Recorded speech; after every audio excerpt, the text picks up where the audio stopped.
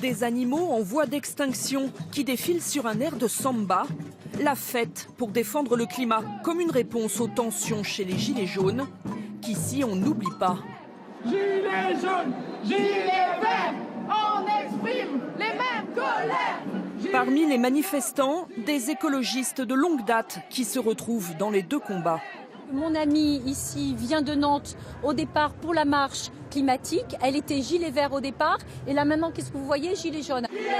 Des gilets jaunes, il y en a d'autres dans ce cortège. Et ici, cela ne choque personne. Moi je suis climat et société. Alors je me bats pour la société qui part en couille.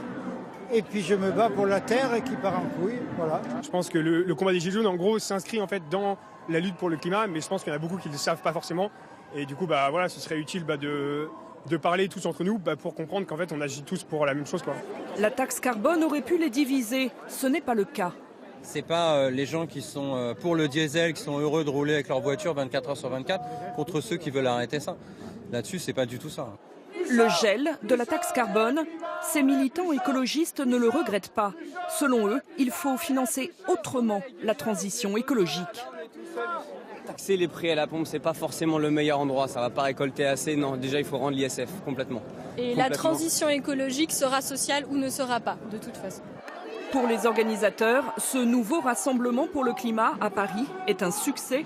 Au moins 17 000 personnes, davantage que la précédente mobilisation du mois d'octobre.